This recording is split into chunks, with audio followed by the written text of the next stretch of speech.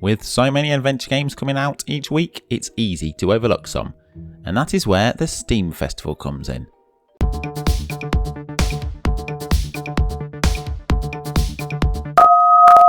Hey guys, and welcome to YakWaxLips. My name is Michael, your point and click adventurer, and today's video is all about the quarterly Steam Games Festival. But before I dive in though, if it's your first time here, I make purely adventure game videos, from old school classics like Monkey Island through to brand new adventures such as the games on this list. If that sounds like your cup of tea, then please join me by subscribing, turn on the notification bell and hit the like, as adventure games are well and truly alive. The Summer 2021 Steam Festival was titled NextFest, and I managed to sample 16 adventure game demos this time around, and I'm here to share with you my thoughts. Be sure to stick around to the end to discover my absolute top tips of games heading our way soon. At number 16, it's Painting Werther from Mad Cream Games. Not strictly an adventure game, even though it's been categorised as one on Steam. This interactive visual novel had me painting and clicking to create beautiful pieces of art based upon a novel by Goethe. There's little gameplay except clicking when we're told, but it was an interesting exercise and a unique way to discover this author's work. The music also took on some classical tunes but added its own touch. It was a relaxing half-hour demo, but there's no release date yet, so look out for that somewhere. At 15, it's the wonderfully colourful story A Tale for Anna from developer Far Mills. Another that questionably should be labelled an adventure game. Don't worry, there are plenty ahead. This fairy tale revolves around Anna, who discovers she has magical powers and a talking cat. But these powers have also attracted the interest of an evil queen. Gameplay wise, it's essentially a hidden object game, but seeing as I ploughed almost an hour into the demo, I thought it's only fair that I let you know about it. In the full game there promises to be minigames and more complex puzzles, another with no release date yet. The List is listed at number 14 on my list. This FMV detective game is from Dan Trimble and is made up of purely police interview videos. Jordan Grady accidentally killed someone at a bus stop in self-defense, and after being interrogated in the police station he's let go, only to be killed himself later on. We have to sift through hundreds of these police videos to see exactly what is going on, and if the story is deeper than it first seems. If you've played Her Story or last year's Jessica, you'll get the idea. But if you haven't, essentially we type keywords into a system to discover more. We'll discover more evidence such as photos and reports too. I like these type of games, but it lives and dies on the actor, and thankfully in the case of The List, it's one I'll stick it on. The List. I'll stick it on my list, on my wish list. Oh, that could have gone better. Anyway, that's out now. And now for something completely different. Tome snaps into place at 13. From developer Something We Made, Tome is a cute puzzle adventure where our aim is to take pictures to move the story forward. In the demo I needed to take a photo of a hotel, but it was so big it wouldn't fit into frame. I ended up climbing a big hill and meeting many more cute little characters. I could then take a lovely picture of the hotel and chat to more of these little guys who also have small tasks to complete. The hand-drawn black and white canvas is lovely, and the option to just wander around the area and snap whatever we like will be a nice draw for some. This casual adventure is out sometime this year. From cute to killer next. At 12 we have Loretta from developer Yukov Butisov. This historical murder mystery isn't really a mystery at all, as we don't need to find the killer, we are the killer. What I liked about the demo was it was only a small hint of what to expect. Loretta herself is a calm, quiet, anxious housewife. It's set in the 1940s and has flavours of Stephen King, Edward Hopper and a huge dollop of Hitchcock. The demo was short and the trailer doesn't really show much more too, so this one has piqued my interest. There's no release date yet, but keep tabs on this channel as I'll be taking a deeper look at this as more is revealed. Next is probably the most confusing demo on the list, and it's not even the one with the cat smoking a pipe. That one comes later. At number 11, it's a guidebook of Babel from Starry Starry. How do I explain this game? Well, from the start we're seen moving around a barrel of fish into a pipe, and that pipe explodes. And later on these fish turn into people, but they're kind of reincarnated, but really we're under some weird experiment and it's all a dream? Or is it the afterlife? It's super, and I mean super, confusing. But as I played it, it started to come together and make some more sense. We can do over certain puzzles, because time travel is the thing here, and yeah, saying it out loud is making my head hurt. But honestly, it was enjoyable. I am, however, still left a little befuddled. It looks lovely though. There is no release date for this yet. Top 10 time now, but before number 10 is dropped, it's the perfect time to hit the like. It really does help get the video out to more people and also more eyes on these new adventure games. So that cat with the pipe is at 10, and it has a wonderful title. Katie in Meow Meow Land from Artillery is a bizarrely beautiful, bedazzling box of bonkers brain teasers. Katie has fallen down a hole chasing after, well, what else? A white rabbit. And she's fallen into Meow Meow Land, filled with the most ridiculous creatures ever seen. Visually, it's absolutely gorgeous. To escape Meow Meow Land, we have to complete each room, which consists of various puzzles. We can't leave the room till we've finished all the puzzles. Such rooms comprise us using stars to create a picture of a cat, mushrooms to make the tuning of a set of ears, and a plethora of delightfully ridiculous characters, including a humongous smoking cat, a pirate fish, a Victorian snake, and loads more, mainly cats. The title signifies what to expect in the game. I'm sure the full game will be a triumph, and it's due out Q3 2021. Hopping into the number 9 slot is The Frogs from Michael Wells, who has an excellent first name. I absolutely need to address the elephant in the room with this one. It looks strikingly similar to Joe Richardson's The Procession to Calvary, easily so, and it plays the same too. But Joe has supposedly given Michael his blessing to go do it your way, man.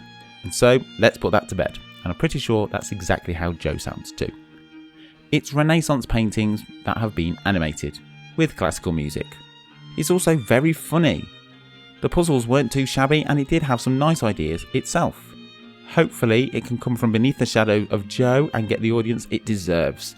This is out in December. At number 8 we have The Rewinder from Misty Mountain Studio. On paper this has everything I love, and it's one I've been eager to try. Pixel art, mythology, Eastern influences and classic point and click. It weaves all these nicely together, but I think my expectations are stupidly high, as although I thoroughly enjoyed it, I wanted to love it. But then again, it's just a demo. As Ki-Yun, the last known Rewinder, we need to communicate with spirits to open up alternative futures, or rather, change the past. That's what a Rewinder does. A few minigames made their way into the demo alongside the mystery, and it was a little tricky too.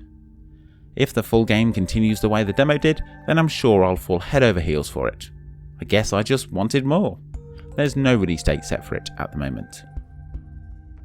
Another game that constantly changed time periods is Inua, a story in ice and time, developed by the Pixel Hunt, Eco and Art France, and it comes in at number 7. There are 3 separate stories at work here, centuries apart, but they're all interwoven somehow. Starting out in modern day, we have to question the denizens of a ship who have found remains relating to a shipwreck. In an alternate time, we also play as a crewman on that ship. As one conversation opens more answers, we have to decipher exactly what's going on. I became engrossed in the story here and wanted to play the full game straight away. If you're looking for classic point and click, then this isn't it, as the entire gameplay revolves around discovering secrets via dialogue. But it hooked me in quickly and never let go. There's no release date for Inua yet.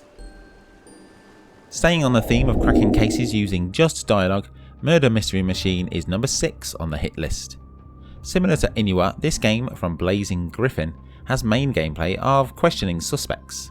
What I liked about this though is that instead of getting a notebook to write everything down, we have a black screen full of every single detail from places, people, relationship news, even things like political leanings, and we have to use our head to connect it all up and figure out the crime.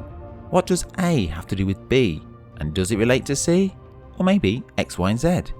It became thrilling. The downside is the awkward relationship between us and our partner. It's like a bad police procedural from the 90s with a solo cop who's been forced to work with a rookie. Take this annoyance out though, and it's one that I can see me being sucked into for hours on end. Top 5 time now, so strap in for my pick of the bunch, including a phenomenal number 1.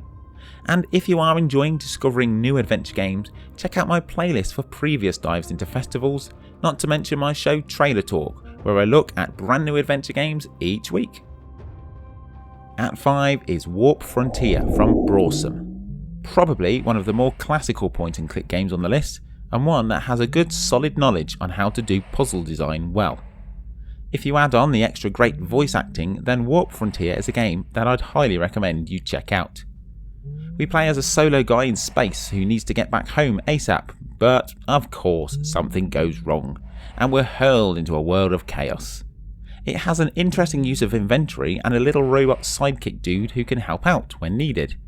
There's also a really good hint system that opens up bit by bit, so if you're super stuck it guides you through exactly what you need to do. But if you just want to push in the right direction, it does that too. There's no release date yet for this. Another futuristic point and click awaits at number 4, with The Sundew from developer 2054. It's one that's been in my sights for a while, and the demo of The Sundew did not disappoint. With Lacuna, Chinatown Detective Agency, Born Punk and now this, 2021 seems to be the year of the futuristic cyberpunk adventure, and I'm fully on board with that. The demo was such a solid start with great puzzles, unique interactions with a killer soundtrack. We play as a cybernetically enhanced cop who has almost become obsolete, and she has an attitude. There felt a great sense of accomplishment after finishing some of the puzzles, and the story left me wanting more. It did what every demo should do, dangled the very basic threads of something that could unravel spectacularly later on. Plus, look at that amazing pixel art. This is due for release in summer 2021. Probably the one that took me by surprise out of the entire list is at number 3, and that's Norco from Geography of Robots. It's so refreshing to discover something you've never heard about, and it be spectacular in so many ways. In Norco, we head home for our mother's funeral and discover life is not what it was. It's been years since we visited, and our relationship with our brother, it's tense. Each screen is static and the game opens up mainly with dialogue. The setting is one I don't think I've come across before. It's decaying suburbs of South Louisiana. It's a slow burn, and I've been playing the demo for well over an hour without even realising. If the demo is to go by, then Norco could become a frontrunner of Game of the Year. There is, however, no release date yet. The penultimate game on the list is Season of Warlock from Encomplet. It takes quite a while for this game to get going as there is so much exposition, but once we settle down to it, it's a hoot. We play as 2 characters. There's a servant guy who's probably a little more educated than we think, and the Lord of the Manor. I enjoyed both of these guys in the demo, and the puzzles were fun too. It's a bright, exquisitely animated adventure with a twist. We can decide which way the game goes. Now, making choices is no stranger to adventure games these days, but at a pivotal point in the game, at the end of the demo I played, we can choose something huge that will completely change our way the game is from then on. It misses out on the top spot as the dialogue and story elements went on a little too much, and it got bogged down in its own narrative. Still, an exceptional demo and one that headed straight to my wishlist. Again, no release date. And so finally to number 1, my absolute favourite demo and probably the game I'm looking forward to most all year. It's The Night is Grey from Whalestalk Interactive. In the game, we're a middle-aged man who finds himself lost in the woods after being chased by wolves. We come across what looks like an abandoned house, only to be surprised to find a young girl there. The demo takes us on a journey of trust, trying to get the girl to trust us, and from the start, I loved it. The art and world felt lived in, the character is relatable, and the puzzles it offered made complete sense. There's no reason to go rummaging through a bin if we don't need to, so we don't. Only when it's clear that the girl needs something out of the trash can we do it. It's logic used perfectly. There was always a sense of danger thanks to the claustrophobic lighting and locations, plus the minimal music. Personally, I loved the slow pace of it, and at a good hour's length, it made me want to carry straight on as soon as the demo ended. It's one that I'll definitely be playing, and that one is out in December. Tell me in the comments which of these you'll be playing, and also any adventure games I haven't covered today that you'll be playing. Come and check me out over on all my other sites such as Twitch, Discord and Twitter and the like. All the links to those and links to all the games mentioned are in the description below. Thanks for watching guys, be sure to hit subscribe and like if you've enjoyed it, and until next time, take care.